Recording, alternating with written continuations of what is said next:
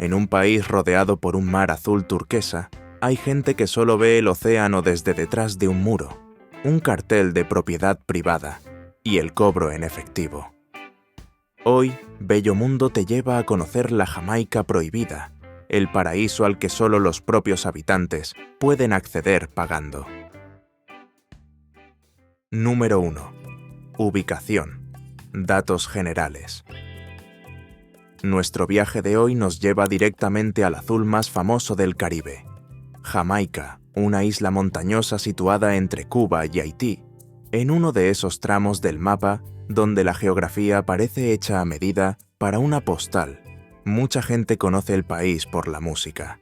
Al fin y al cabo, de aquí es Bob Marley, el rostro más universal del reggae y uno de los artistas más influyentes del siglo XX. Pero Jamaica no solo vive del ritmo, sino que es un crisol de sabores, creencias e historias que atraviesan siglos.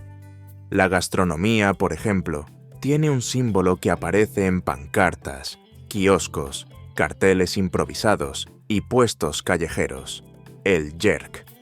En esta forma de preparación, el pollo, el cerdo o el pescado se marinan en una mezcla de especias fuertes, picantes y aromáticas. Luego se colocan en tambores de metal, donde se asan lentamente, desprendiendo ese aroma ahumado que invade toda la manzana. Y ya que hablamos de tradición, otra bebida forma parte del paisaje jamaicano desde mucho antes de convertirse en un souvenir para turistas: el ron.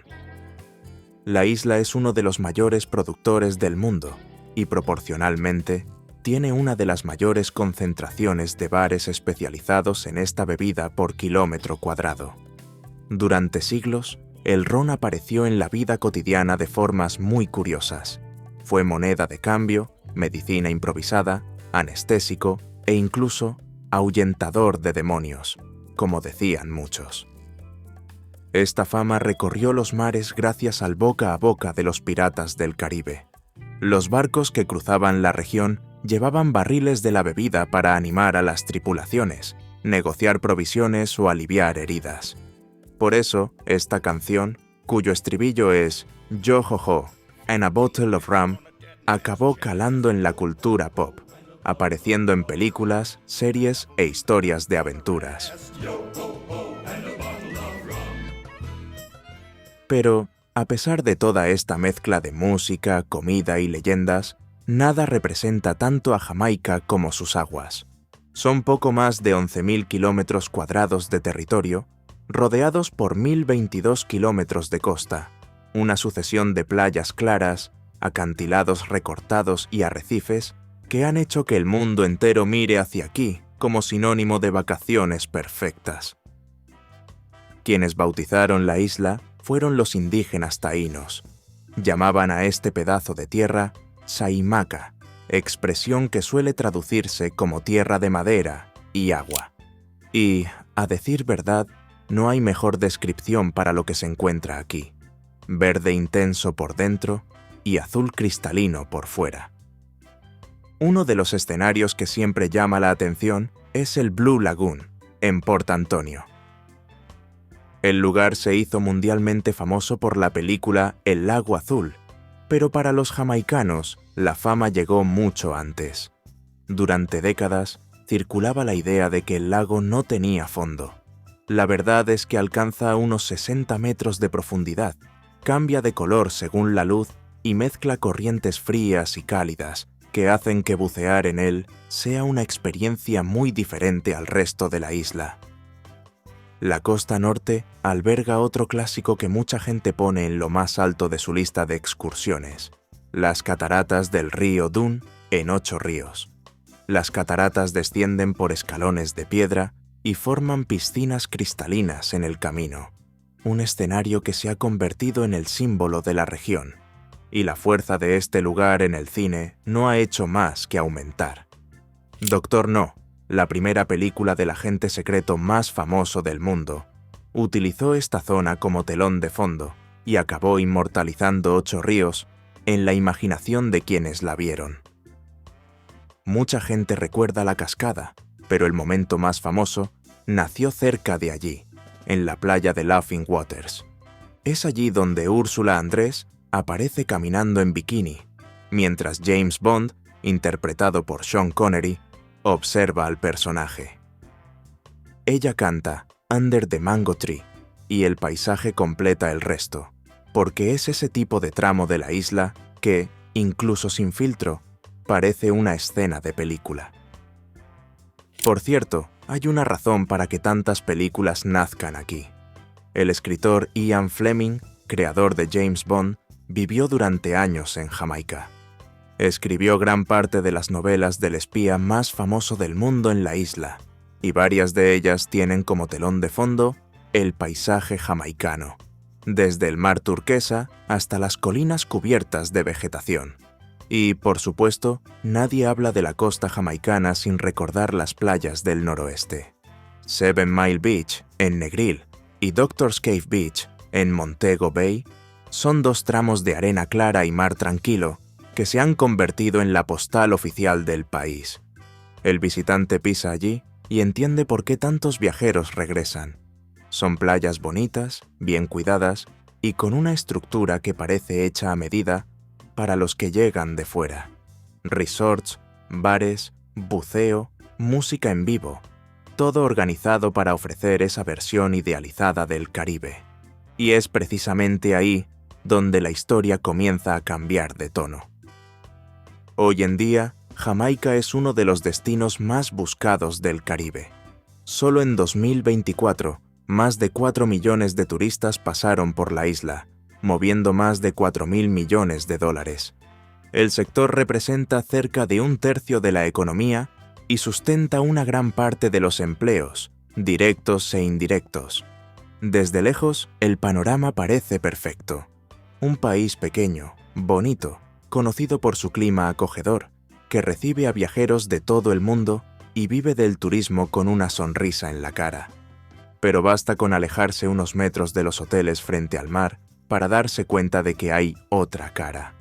Una cara que no aparece en los catálogos, ni en las fotos promocionales, y mucho menos en los coloridos vídeos de las agencias de viajes. Es en este punto donde la Jamaica real comienza a aparecer. Número 2. De colonia a escaparate. Durante siglos, Jamaica vivió bajo el dominio de otros. Primero de los españoles, que llegaron en el siglo XVI y dejaron poco de los pueblos originarios. Después de los británicos, que tomaron la isla en 1655 y transformaron el territorio en un enorme productor de azúcar basado en el trabajo de esclavos africanos. La esclavitud terminó en el siglo XIX, pero la estructura de poder permaneció inalterada durante mucho tiempo. La independencia formal no llegó hasta 1962, e incluso entonces, Jamaica siguió vinculada a la antigua metrópoli como parte de la Commonwealth, reconociendo todavía al monarca británico como jefe de Estado. Este pasado colonial dejó huellas profundas, y una de ellas sigue guiando lo que ocurre en la costa hasta hoy. En 1956, cuando el país aún no tenía plena autonomía, se creó la Ley de Control de Playas, Beach Control Act. El texto decía que toda la costa pertenecía al Estado y que nadie podía acceder al mar sin autorización oficial. A primera vista, parecía una forma organizada de administrar la costa.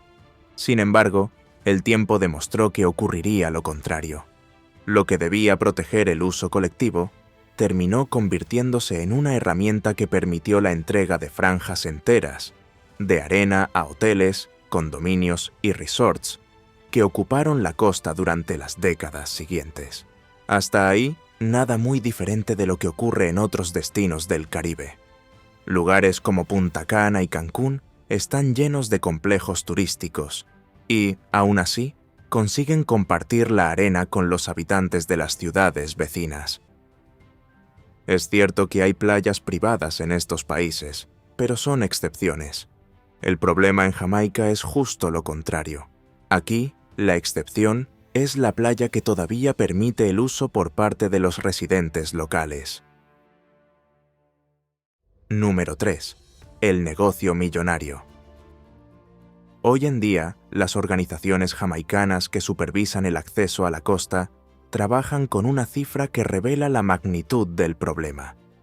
De los más de 1.000 kilómetros de costa del país, solo alrededor del 0,6% son playas públicas con acceso garantizado para la población jamaicana. Todo lo demás se divide entre propiedades privadas, tramos con entrada de pago y áreas incorporadas a hoteles y resorts con todo incluido.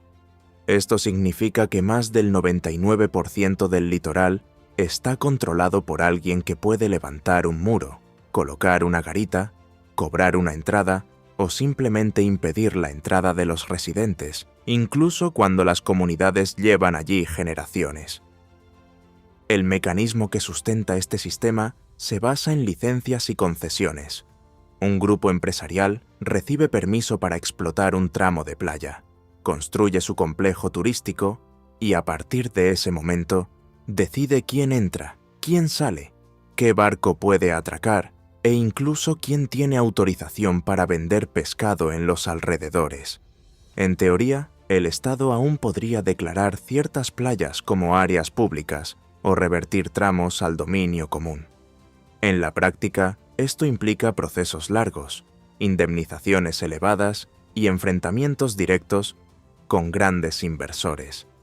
Mientras las disputas legales se prolongan, el impacto se nota en la vida cotidiana. Informes recientes muestran que alrededor del 40% de todo lo que recauda el turismo se queda efectivamente en el país. El resto se va en beneficios enviados a sedes extranjeras, importación de bebidas y alimentos, contratos internacionales y pago de deudas. La economía crece, pero la mayor parte de los ingresos no permanece en la isla, y el efecto sobre la población es inmediato. Los pescadores que antes sacaban sus barcos directamente de la arena, ahora se encuentran con muros y carteles de uso exclusivo para huéspedes. Las familias que frecuentaban la misma cala durante décadas descubren que ahora tienen que pagar una entrada para pisar la arena. Los caminos tradicionales hacia el mar desaparecen y la vida comunitaria cambia con ellos. Aún así, el gobierno celebra sus ambiciosos objetivos. Para 2030 se prevé la construcción de 10.000 nuevas habitaciones de hotel, muchas de ellas en las zonas más codiciadas de la costa. Para quienes viven del turismo formal, esto significa empleo e ingresos. Para quienes viven de la pesca artesanal o ven la playa como parte de su propia identidad, la sensación es muy diferente.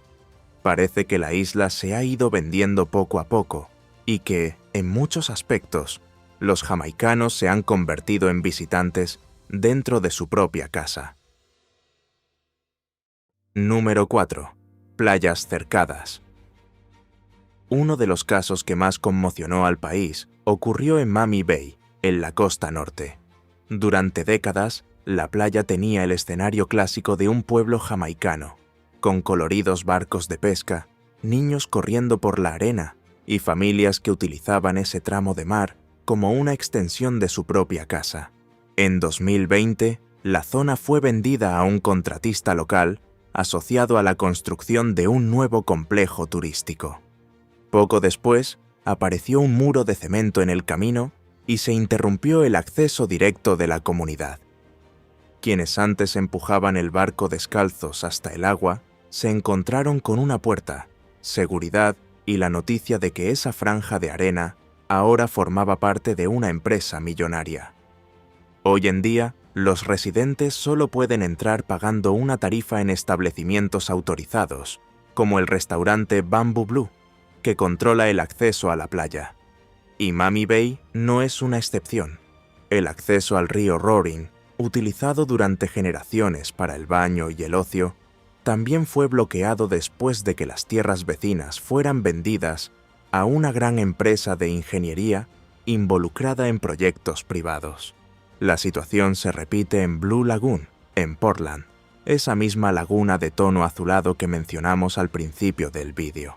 A los operadores locales de rafting se les impidió trabajar allí a partir de 2022.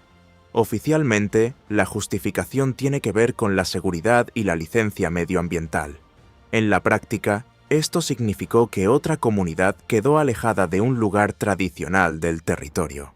Quizás el caso más simbólico se da en una ensenada que lleva el nombre del mayor ícono musical de Jamaica, Bob Marley Beach, en Bull Bay, al este de Kingston. Durante años, el lugar fue refugio de familias rastafaris que buscaban alejarse de la persecución policial y la discriminación.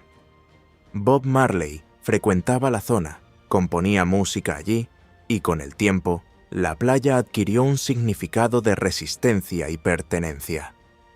En los últimos años, sin embargo, un proyecto de resort de lujo, estimado en $200 millones, comenzó a avanzar sobre la región.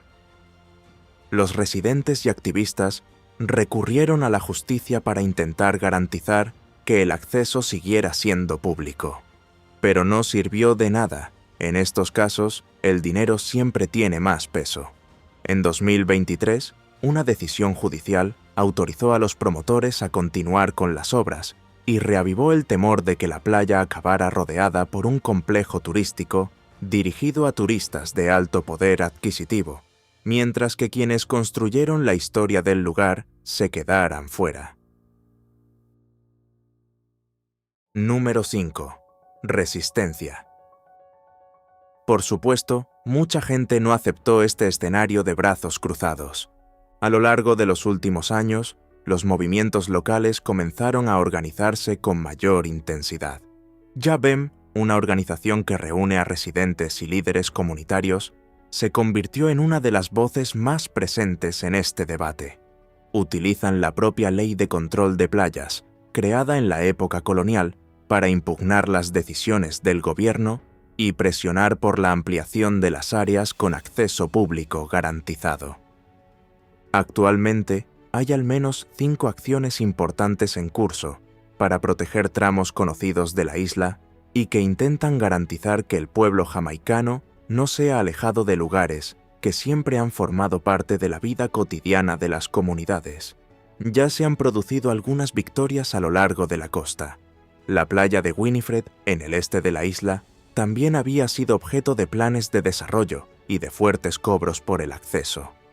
Tras años de movilización y una larga batalla judicial, se confirmó el derecho público de acceso.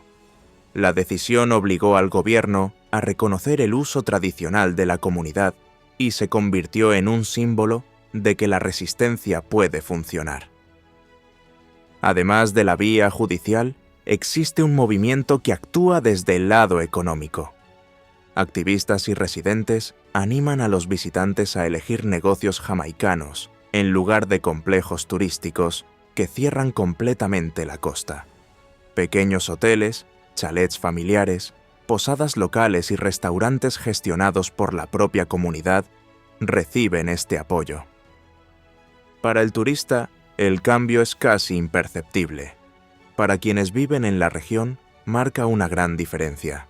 El dinero gastado en el desayuno, la cena o el paseo en barco circula dentro de la economía local en lugar de desaparecer en grandes grupos internacionales. Después del huracán Melissa, este debate cobró aún más fuerza. La destrucción causada por la tormenta dejó claro cómo los grandes complejos turísticos pueden recuperarse rápidamente, mientras que las pequeñas comunidades costeras se enfrentan a semanas o incluso meses de dificultades sin ingresos, agua potable o energía. Cuanto más concentrado es el modelo de turismo, más vulnerables son quienes sostienen la base de esta cadena. Número 6. Futuro. Cambiar esta realidad no es algo que se haga de la noche a la mañana. Derogar la ley de control de las playas por sí sola no derriba las vallas que ya existen. Muchas de ellas han sido licenciadas, vendidas o incorporadas a complejos turísticos de forma totalmente legal a lo largo de las últimas décadas. Hoy en día, estos tramos se tratan como activos millonarios y forman parte de contratos largos y complejos. Una vía posible sería que el Estado recuperara áreas estratégicas y declarara algunos tramos como playas de uso público. Esto podría implicar la compra de franjas prioritarias, la reversión de áreas con un fuerte valor cultural o la creación de corredores obligatorios de libre acceso en las renovaciones de licencias. Ninguna de estas alternativas es barata.